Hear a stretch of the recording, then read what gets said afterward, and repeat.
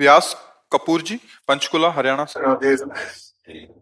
पूज्य महाराज जी, आपके चरणों में कोटि कोटि प्रणाम। महाराज जी, मेरी आयु 76 वर्ष है। अपने जीवन काल में मैंने परिवार में पूज्य दादी, पिता, माता, संबंधियों के अतिरिक्त हाल में ही अपनी पत्नी का देहावसान देखा।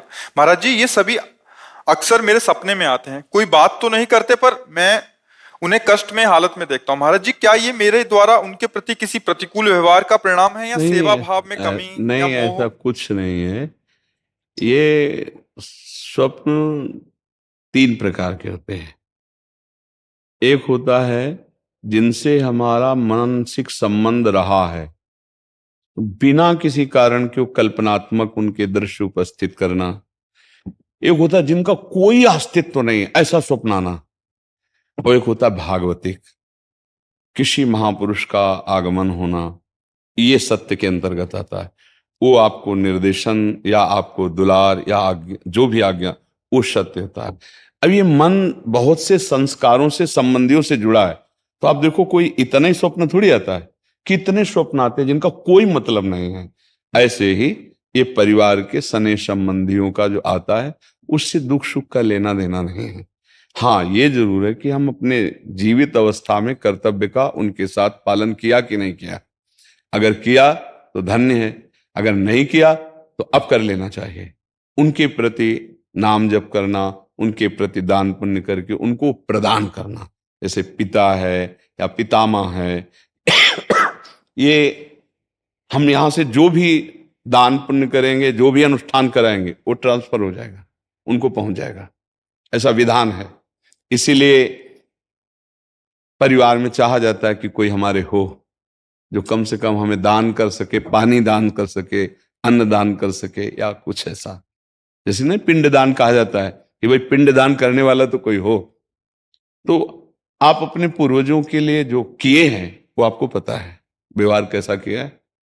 अभी जो आप किए हैं वो पता है। अगर करने की कोई आकांक्षा, ऐसा लग रहा है कि हमारे पूर्वज विपत्ति या दुख में है क्या, तो उनके लिए कर लेना चाहिए। श्रीमद् भागवत का संस्कृत से अनुष्ठान कराना, गौ ब्राह्मण संतों की भोजन आदि करा करके वो सब दान उनको कर देना, मंत्रों का जप करना या नाम का जप करके कीर्तन करा के उनको प्रदान कर देना। इससे उनका मंगल, जहां भी होंगे, जिस योनि में जहां भी, उनका उत्थान होने लगेगा, उनकी उन्नति होने लगेगी। ऐसा। और खास भगवान या भगवान के भक्तों के सिवा स्वप्न में जो कुछ, सब मिथ्या ही होता है। जैसे आप स्वप्न में देखते हैं मैं ये कर रहा हूं, मैं ये कर रहा हूं, तो कुछ होता है क्या? कुछ नहीं होता। अब लोग उसी में फंसा देते कि इस स्वप्न का क्या मतलब हो सकता, कुछ नहीं हो सकता, स्वप्न है। राजा जनक जी एक बार सैया में पड़े सोए और स्वप्न देख ला कि हमारा सारा राज्य छिन गया और मैं एक भिखारी बन गया और बहुत भूख लगी है।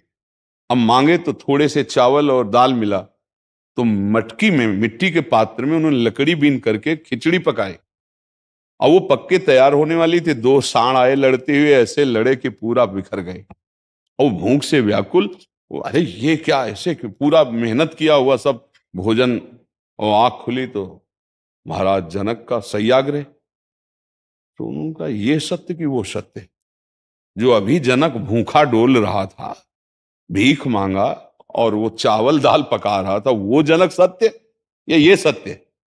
क्योंकि उस समय ये सत्य नहीं था, इस समय वो तो सत्य कौन है? अब उनके सभा में बड़े बड़े ज्ञानी महात्मा बैठते, तो आकर प्रश्न किया, ये सत्य कि वो सत्य? अब कुछ उसकी व्याख्या हो तो समझ में आवे, ये सत्य कि वो सत्य। अब कोई उत्तर ही ना देवे। तो जब ये बात अष्टावक्र जी को पता चली, तो सभा में नवीन अवस्था थी, सभा में आए और जनक जी से बात की। जनक जी ने पूछा कि ये सत्य कि वो सत्य? तो उन्होंने कहा, ना ये सत्य ना वो सत्य। उमा कहूं मैं अनुभव अपना, सत हरि भजन जगत सब सपला। सपना तो सपला है ही, जागृत भी सपला है, सत्य है हरि नाम। तो आप ये समझ लीजिए, ज्यादा उस पर विचार मत कीजिए। यदि आपके अंदर ऐसा भाव आता है, धन आपके पास है, तो ऐसी कुछ सेवा दान पुण्य करके, कहीं ऐसे जैसे गौ सेवा है, गौ को चारा पवा दिया है ना, कहीं साधु महात्मा को किसी एक को भी भोजन पवा दिया, और वो कहीं भागवत हो रही उसमें सहयोग कर दिया। नहीं पूरी भागवत करवा सकते, भाई हमारे कुछ चंद रुपए इसमें सहयोग में हो गए, और उसका फल हमारे माता पिता दादा दादी को मिले, ऐसे भाव किए जाते हैं, तो उससे उनको कल्याण होगा, उससे उनका मंगल होगा। खुद नाम जप करे, मान लो एक बार एक माला में 108 नाम होते हैं, और 108 नाम जप करके हमने दे दिया कि हमारे बाप को प्राप्त हो, हमारे बाबा को प्राप्त हो, हमारी माँ को प्राप्त हो, तो उनको प्राप्त हो जाएगा, उनकी उन्नति होगी। एक नाम भी कल्याण कर सकता है, इसलिए स्वयं करे, अर्थ के द्वारा ऐसा करके कर दे, और बकाया ज्यादा स्वप्न का विचार न करे, ये व्यर्थ होते हैं। हाँ, कोई संत महात्मा है, भगवान का आदेश दे, वो बात अलग होती है, बकाया सब व्यर्थ होते हैं। ये व्यर्थ में फंसो मत। अगर स्वप्निक विचारों वालों से बात करोगे तो आपको फंसा देंगे।